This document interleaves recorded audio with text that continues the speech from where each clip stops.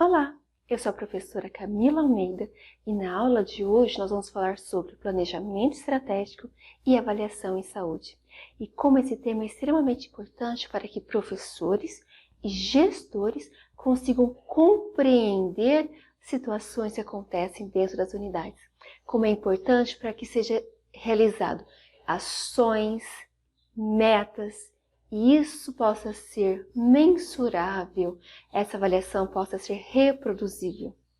Dentro desse esquema, é possível ver realmente a relação cíclica entre planejamento de saúde e avaliação, como elas ocorrem, né? De uma forma contínua, desde a avaliação, elaboração dos objetivos, do método, da implementação e, novamente, a sua avaliação.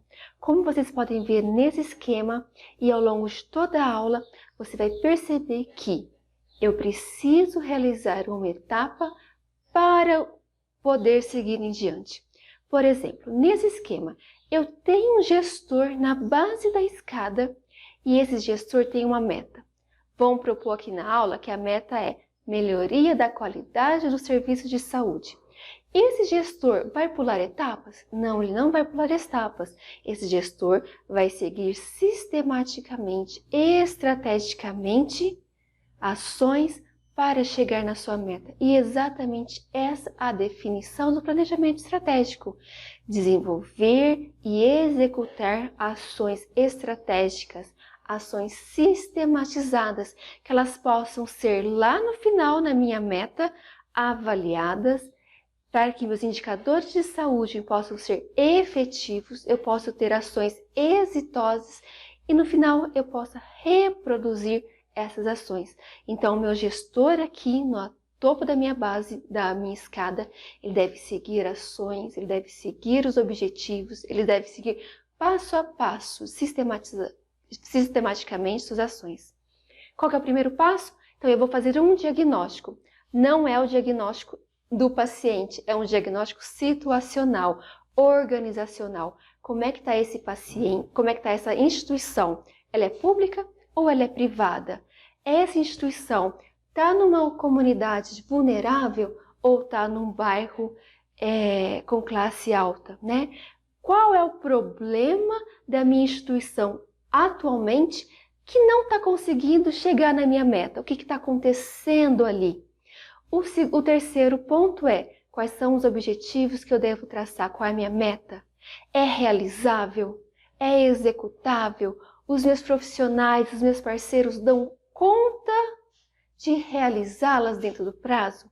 Então, eu preciso fazer esse diagnóstico muito bem elaborado, todas as situações contextuais, problematizações e objetivos. E dentro desses objetivos eu tenho que pensar o que é curto, médio e longo prazo. Isso eu só vou pensar quando eu tiver estabelecido a minha meta.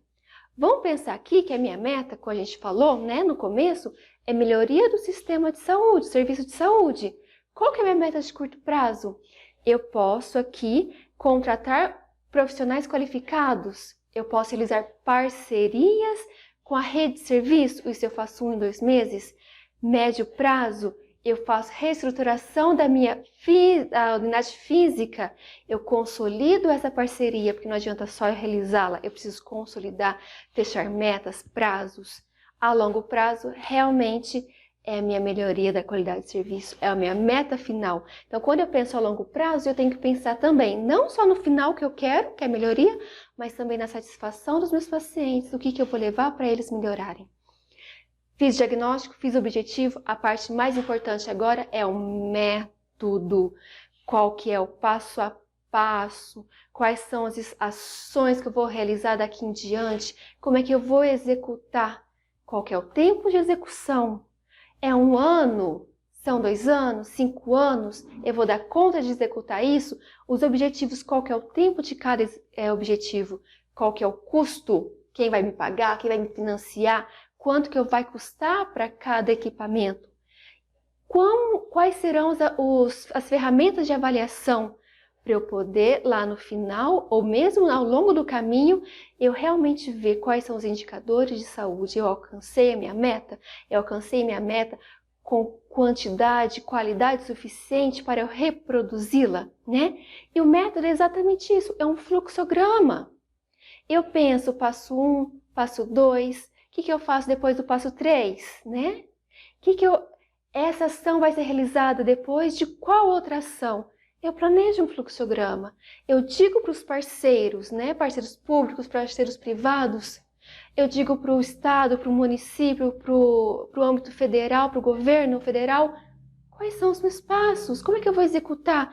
E quando eu penso num fluxograma, né, de etapas hierárquicos, né, como é que eu tenho que ser esse tempo, como é que tem que ser essas estratégias, esse passo a passo, eu faço etapas concretas, sistematizadas, todo mundo sabe exatamente como deve seguir. E quando eu tenho o método bem estruturado, eu não vou ter problema lá na frente de dizer, nossa, eu não alcancei minha meta. Quando eu tenho o meu método estruturado, eu tenho a implementação das minhas ações, a execução das minhas ações bem elaboradas, né? E eu consigo seguir, eu consigo acompanhar exatamente isso, né? E aí eu vou pensar aqui, quem vai me supervisionar, quem vai acompanhar essas ações, porque não adianta só eu fazer o passo a passo, eu sistematizar esses passos, se eu não acompanhar. Se eu não tiver um profissional de fora que chegue até a minha unidade e diga, olha, precisa melhorar tal ação, precisa melhorar tal ou outra a rotina, tá tendo muitas barreiras aqui, impeditivas para você realizar o próximo passo. Então eu preciso desse acompanhamento, dessa supervisão, eu preciso dessa execução sistematizada. E essa implementação é extremamente importante, porque se eu sigo exatamente meu método, eu vou ter lá no final uma meta executada. E quando eu penso, né, nessa meta executada, nessa implementação sendo realizada, eu tenho que repensar no meu diagnóstico. E esse diagnóstico não é o mesmo no começo, né? É um outro diagnóstico. E não pense que ele só acontece em 2 momentos, começo e final. Não, esse diagnóstico vai acontecer a todo momento. Fiz o objetivo 1, eu faço o diagnóstico. Vejo quais são as barreiras, quais são os facilitadores. Faço o objetivo 2. De novo, eu faço uma avaliação, eu faço esse diagnóstico contextual, eu vejo o problema, vejo se meus objetivos estão dentro do prazo, se os meus parceiros estão dando conta, se o custo está sendo suficiente, né? Então, eu vou pensar aqui nesse diagnóstico também como cíclico. Essa é a parte da avaliação em saúde, né? Que é contínua, que é a todo momento. Quando a gente pensa em implementar estrategicamente alguma coisa, planejar estrategicamente alguma coisa, eu penso de novo nesse esquema. Planejamento, estratégia de saúde e avaliação em saúde. E como isso é cíclico, como isso acontece a todo momento. Eu avalio, realizo os objetivos. Eu vou reavaliar. Eu avalio o objetivo, o método. Eu reavalio. Eu faço um método sistemático, concreto, passo a passo. Eu implemento, vejo quais são as barreiras, os facilitadores. Eu vou reavaliar. E a todo momento isso não é problema nenhum quando a gente pensa em planejamento estratégico, em reformular esse planejamento. Por isso, quando eu disse no começo da aula, o planejamento não é difícil de ser feito, né? O planejamento estratégico, ele acaba sendo um pouco trabalhoso, porque ele tem uma estratégia por trás daquilo, ele tem uma sistematização. E essa foi a aula de hoje. Eu espero que você tenha compreendido, que você tenha absorvido essas informações e que possa, sim, dar continuidade. Vou deixar na descrição do vídeo alguns textos para que você possa ler e se aprofundar no tema. Até mais!